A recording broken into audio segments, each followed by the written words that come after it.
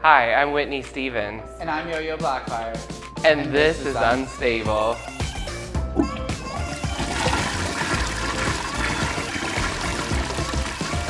Alright, so once upon a time, not long ago, back in the pool, said a thing. Okay? I did. You did. And it was the squeaky wheel gets the oil. So today I want to talk about mental health. How's your mental health, sis? In all honesty, probably about 6 months ago, I learned to finally start taking care of my mental health and not be ashamed about it, and also start talking about it because I think it's incredibly important. Would you describe yourself as like a happy person? No. I was ready to call you out. I had You know what? Like a buzzer down. Yeah, I knew you were gonna say, yeah, right. Yeah. You know those people that you like come across and like they're just naturally fucking happy every single day? Sociopaths. And they're like, oh yeah. Sociopaths. Right. Yeah. And I'm like, this cannot be real. Like, there is people that literally wake up every morning and they're like, yeah, I'm ready to fucking go. You don't understand it. It's never been my experience. That's crazy because you seem like such a joyous person. Well, that's the vodka. Speaking of vodka, I have something for you in my toilet. Oh, it is my birthday and I will do another shot because of it.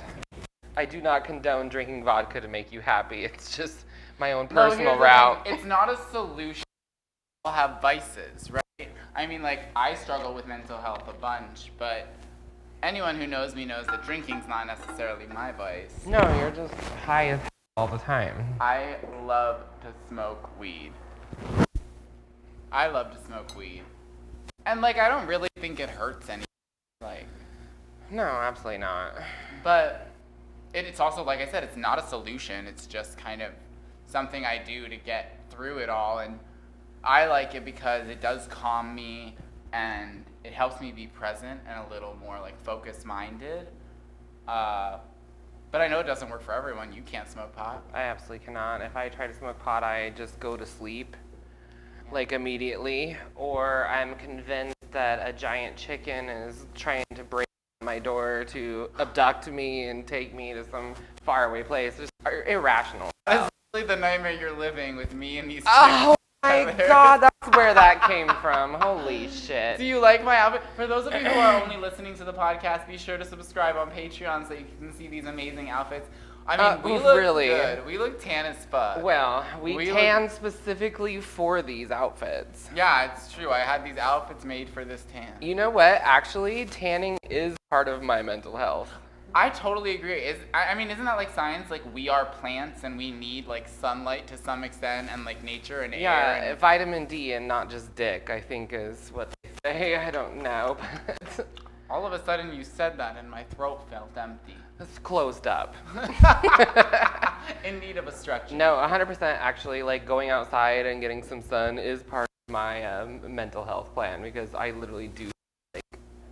It does. It helps 1,000 you. times And I mean, better. like, isn't that true? I mean, like, you're actually from Washington. Like, you're from the Pacific Northwest. West? Yeah. West. Good Like, job. West. Yeah. Pacific Northwest. North and then west. Yes, that's This how is it like works. my Kardashian hair. Yeah, Seattle, Yeah. northwest. Yeah, so I mean, like, do you find that, like, coming here was, like, a totally different experience? Like, you grew up in, like, Yeah, it's cloudy hot as ocean. hell. Well, that's just me. And there's no ocean, yeah. It's totally different. I wish we had an ocean for sure. No, but actually that's like one of the things that I heard all the time when I moved here, like as far as mental health goes, living in the Pacific Northwest, that it was so depressing and it's the highest suicide rate. All of that shit is actually so false. It's not true at all. Seattle's a fucking gorgeous city. It's beautiful all summer long. I don't know how it got that stigma, but Honestly, you recently went home for a little while, and I think that being in Seattle improved your mental health. right, because I wasn't around you. No, but that deals more with family. But yes, I do believe that getting out and getting some sun plays a part in mental health for sure. I mean, speaking of family, was, like, mental health something that you were, like, introduced to or exposed to as a child? Like, was that, like, a conversation or, like, a value at all? Yeah, no. I mean, I wouldn't say that it necessarily was. I've always known that, like, I'm depressed, but I think that to some extent everybody is. And I know that we all kind of go through things. I've definitely gone through things that have affected my conditioning, I guess I would say. Like, I had a kind of abusive home situation. There was a lot of fighting going on, and I was put into a lot of situations where I had to kind of make more adult decisions and look out for my siblings, and all of that obviously impacted my mental health. And I think that's why, I mean, like, for the sake of being totally open and transparent, I think that's why I'm like very mature in some aspects, but also very like childlike and immature in others, because of the way that like the things I experienced and how that impacted who I am and my mental health as a whole. So my first like introduction into mental health, as far as like counseling went, was because I was gay. So I was taken to counseling to try to, I don't say it was to try to change me, but I really think it kind of was. My mom's gonna watch this episode and probably call me and be pissed. But Hi, Joan. I was taken to counseling because I had come out. How old were you? In sophomore, maybe. I actually didn't come out. My dad actually came into my room while I was laying there. Shout out to Dad. Hi, Dad. So fun. So yeah, talented. he's great. And was like, "You're gay, right?" And I was like, "Yeah, I am." And he's like, "Cool.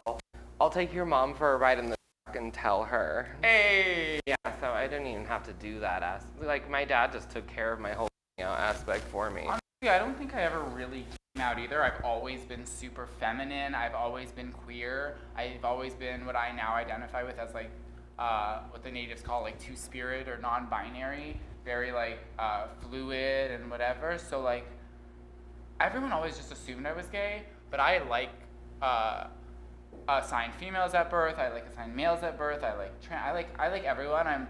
I'm very physically driven, as we've discussed, in terms of my intimacy, but I'm also just like very free-spirited, and I'm attracted to everything and everyone. And so I never really had to like come out. And I think that for a lot of people in our community, that coming out and coming to terms with oneself is a huge part of their mental health situation. For sure. And I think that that's something that I personally, like, my mental health issues come from, I mean, like, natural insecurities. So you never actually had to, like, come out and say, I'm gay? I remember, like, one time, I'm Jewish, so, like, we would, like, spend our weekends, like, with the Sabbath, and we'd go to temple, and you eat these meals with other people and stuff. So for what's called Shalashudas, which is the third meal of the Sabbath, Saturday afternoon, evening, before it ends, I remember being at the shul, and my brother was like talking with his friend, and they were kind of like joking about me, and they were like, "Oh yeah, he's bisexual." And like, it wasn't even a thing. Like I already was out.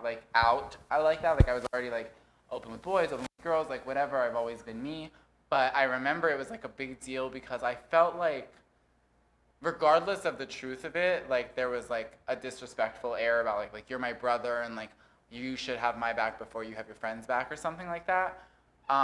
So I think that for me, like a lot of my mental health stuff does come from like family and more of like experiential things. And like I'm not gonna say I never got bullied or joked about or harassed for being queer, but I think that for a lot of my peers, it's a lot more of a chunk of the pie chart of their mental health. How important do you think mental health is as far as taking care of it when you are someone that identifies as queer? Or I think that and honestly, I think that in our world today, like so much of like, especially like queer and other, there's so much like radical culture, whether it's radical queer or radical right or left or this or that or the other thing. Like, I think that no matter how you identify or what your experience is, I think that taking care of your mental health is super important. And I've talked a lot already about my belief that like society doesn't prepare us properly for life. And I think that mental health and like learning to take care of ourselves and recognize how we connect with people, like we talked about, and how we experience things and process things, right? Like I am a mostly extroverted person. I get a lot of my energy and I feed and I thrive with other energies around and like in other circumstances. But I also tend to process things a little bit more introvertedly. So like I need all of that experience, and then I need to like process it and then go back real. And I don't necessarily need a lot of time for that. Right. But I think that that's not something that I ever learned how to do when I was younger. It's something I learned from hitting really low lows and then really high highs, and even still to this day, like trying to figure out how to balance that and like manage that. I think it's like super important for me in the last year is that I've recognized that I A, have to be on medication, B, that's okay, and also C, it's okay to talk about it, because I think there's been a really big stigma about not wanting to talk about when you're on medication, when you're seeking counseling, when you need help with things, exactly how you're feeling. Also being able to say no has been a big thing for me, because I would always say yes to everything, even though it was detrimental to my personal mental well-being. Because you maybe like because of like circumstance, maybe like the interactions or whatever. But you brought up something really interesting, and that's the medication aspect of mental health. I am someone who has never necessarily taken medication for mental health. I mean, like we talked about, I smoke weed, which is kind of my medication for it, I guess. Some people would argue that, and to them I say, but I don't know. I think that I have some like internalized stigma about it. And I feel like part of the experience in life is having the mental health struggles, and I don't know, like I believe that like the medications are so important because they really help us like balance our levels and be more chemically stable. But I think there's also like the other aspect where it's like you do need to learn through your experiences how to conduct, live your life in a way that is like nourishing to yourself. So I guess that's where counseling, like I feel like any medication should be paired with counseling. And I'm not an expert, and I'm not trying to say that I am. Absolutely. Whatever works for anyone, but I feel like any medication should be paired with counseling, because talking through your situations and being able to know how to deal with situations that arise has been incredibly important to me. This last year has been rough. It's been rough for a lot of people. Yeah, for so many people. And now like the world is starting to be in a place where like everyone's kind of trying to plummet upward towards the place hashtag plummeting upward. Right. That to get back to a place that we felt like we were at before, and you can't do that without communicating and talking and opening up a forum and like processing what we all went through, because it was traumatic, it was impactful, it was a one-of-a-kind situation. I mean, the world has had pandemics and epidemics and all kinds of endemics in the past, but never this one this way. And I think that in order for us to truly emerge into the post-pandemic era, we do need to talk about and process all of the different levels and aspects of the experience that was COVID-19. I will say that like through the process, it finally pushed me in a direction that I was willing to say that I needed help, I needed counseling. I was willing to accept that medication worked as long as I found the right medications.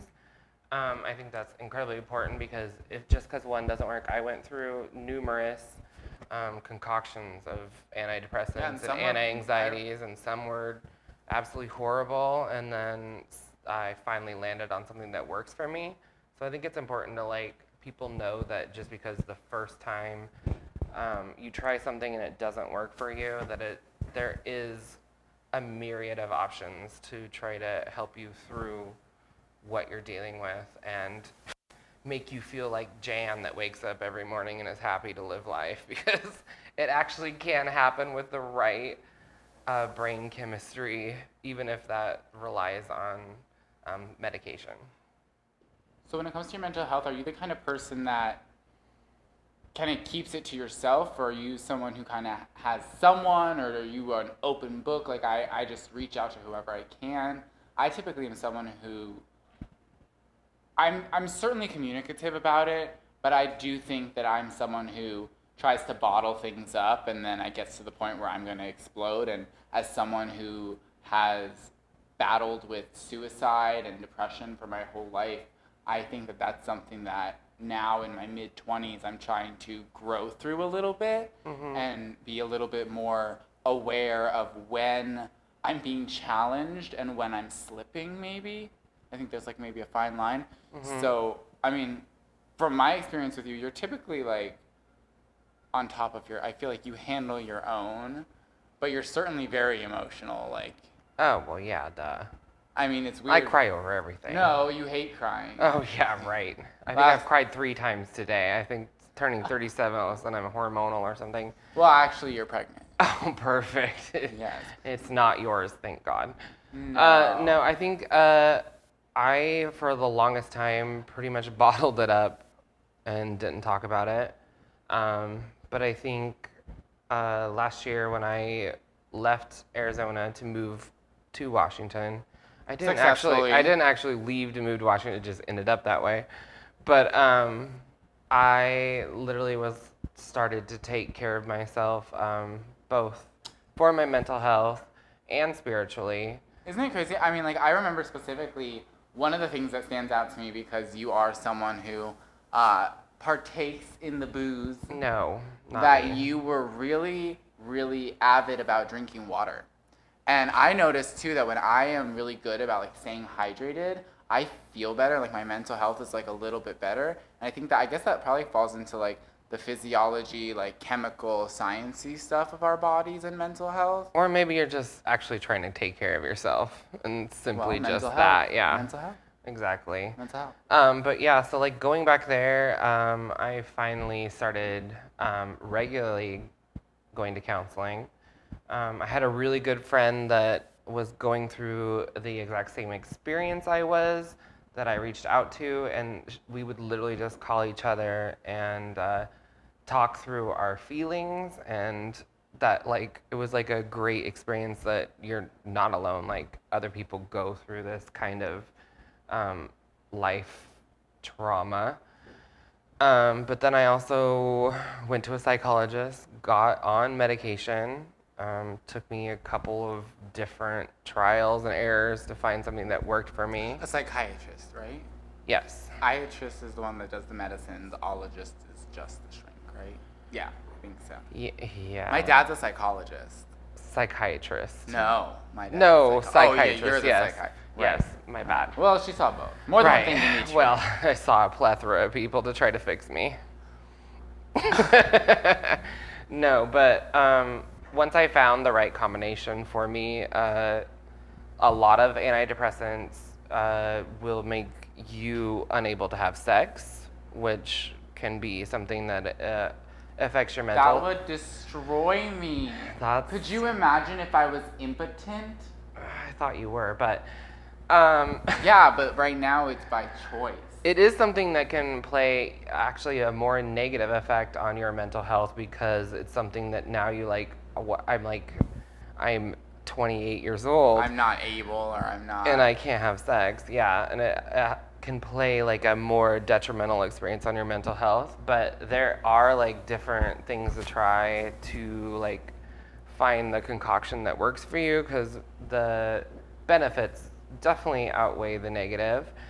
I can fully get hard. I just want to make that well known on the internet. Well, I will 100% say that we are in no way ever sexual with each other. No. But I do know for a fact, verbatim actually, if we check the logs, I believe you'll find it in the Farticle 12 subsection. Yeah. That she's not a grower or a shower, but she stays consistently disappointing. Consistently disappointing is really my motto, yes. Yeah. I'm not gonna lie, you know what's really hitting my mental health in the right spot right now? Oh, I don't like how you worded that, but let's just talk about it. These bright colors. I love this, like, I know we like briefly talked about it when we started this conversation, but this like neon yellow with all of your pastel pinks and this vibrant neon showgirl. I look like I'm working out in the 80s. You wouldn't know anything about it, but I remember. What do you know about working out? Well, I saw my mom do the Jane Fonda step video, so I know a lot about it. You watched her watch a video of someone working No, out. literally, all I heard from the basement was boom, bam, boom, bam. And you thought she was exercising. And I was like, here we fucking go with Jane Fonda. She has all 3 steps up, the green, the black, the teal. It was like all these bright colors. And she'd crank it up. That one, she was getting crazy. And she was doing the high stepping. Oh, yeah. I mean, if you don't know, you need to just like look up Jane Fonda step workout. And you'll just see all these like great outfits like this. And they're just like killing it. Killing it. I mean, exercise is a super big part of mental health. There's like men that are like 6'3", 270 pounds, and you're supposed to believe that they got that way because they did like 7 steps onto like this little plastic teal board. Oh, sure. We all know they got that way because of Dr. Schwartz on And 6th she made Avenue. a fortune off it. Like, it's fucking brilliant, really. Honestly, I love Jane Fonda. I'm not Well, gonna yeah, lie. me too. She's a bad bitch. How can you not like her? She literally encouraged people to like be well and take care of their bodies. Also, she's like a super big activist for Yeah, she so gives a many big more- fuck you She to a gets bunch of arrested things. like all the time, literally. Like, she's more probably than on me. one- Like, more than me. Like, that's a fucking feat, really. Oh my god. I didn't know that actually anyone could be arrested more than me. I feel like actually after this, we're gonna have to get a few more under your belt. Just for good measure. Good measure. For sure. Oh. But bright colors are giving you some happiness. They do it for me, honestly. I mean, like, I like everything to be black, you know, like paint it black and all that good stuff. I But- mean, the chicken feathers, though. Okay, I will say this outfit in particular, for those of you not watching the full visual, you can subscribe to our Patreon. But I got this outfit from my big sister, Miss Eva Angelica Stratton. And she looked a lot better in it. I don't think she ever wore it. Well, because she I'm knew pretty sure she gave it to how me. good she was She going to never- look. And I added this extra boa. It's not quite the same color, but like I just felt like it needed something to be even more. Even more what? I trailed off because I didn't have anything. Okay, I didn't think you did. Yeah.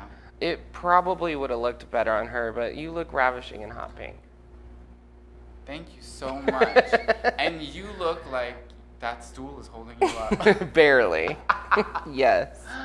But no, I mean I love it. I love like honestly, I really do love the way she looks right now. It is Oh my bringing my God. mental health joy because you just look like a little schoolgirl, like working Oh. out in the 80s. Like, Yeah, I if you definitely- walked home with your duffel bag, some guy in his 1976 Camaro is gonna whistle at you. Did I tell you about my fantasies? That wasn't a fantasy. I read literally, it in your I literally diary. walked home in this, hoping a guy in a 1976 will I know you're whistle lying at because me. you said you walked. You're right. I take an Uber and I just hang my head out the window like a dog. Hope for the best. 12 hairs to the wind. Yes. Yeah, of all course. 12 of your good hairs. All 12 of my pink hairs. Of your pink hairs? Yeah, you don't. She actually dyes her roots dark Oh my god. because if she doesn't, it looks like she has alopecia. All right, let's wrap this up. What I've what never what in is my your life- wrap up about how you feel of what mental health and how it's important? I think mental health is a struggle, and it is an everyday active effort to be grateful and find the things in life that make you happy, find the things in life that don't make you happy, and figure out those things in between that maybe you or they or each other can grow and find a better solution to be able to enjoy the experience. I agree. I think it's very important that mental health is able to be talked about. You can reach out to pretty much anyone in your life because chances are they also are dealing with some sort of mental health issue and could probably lead you to some resources. That's a huge thing is that we all experience highs and lows, and some of us more frequently or more heavily or more intensely or less. But you're never a burden for experiencing things like this. And there really are so many community resources, Absolutely. and you should never, ever, ever be afraid to open up and talk about it. And if someone is talking about it and you don't know what to do or how to react, or maybe you feel uncomfortable, take a breath and be present with them, because a lot of the time all they really need is to be acknowledged and recognized. Not that that's going to solve your problems, but it helps. Absolutely. But no, you're not alone. Medication is not shameful. Counseling is not shameful. Talk about it. Ask people about it. There's 100% someone in your life that could give you some direction. And just always be willing to say you need help. Yeah. It doesn't make you weak to ask for help. In fact, it makes you pretty strong. One more time before we go, we want to make sure that you heard us. You are never alone. You always have a friend in us. And remember, you can tune in next week and every Tuesday for an all-new episode of Unstable. I'm Yoyo Blackfire. And I'm Whitney Stevens. See ya.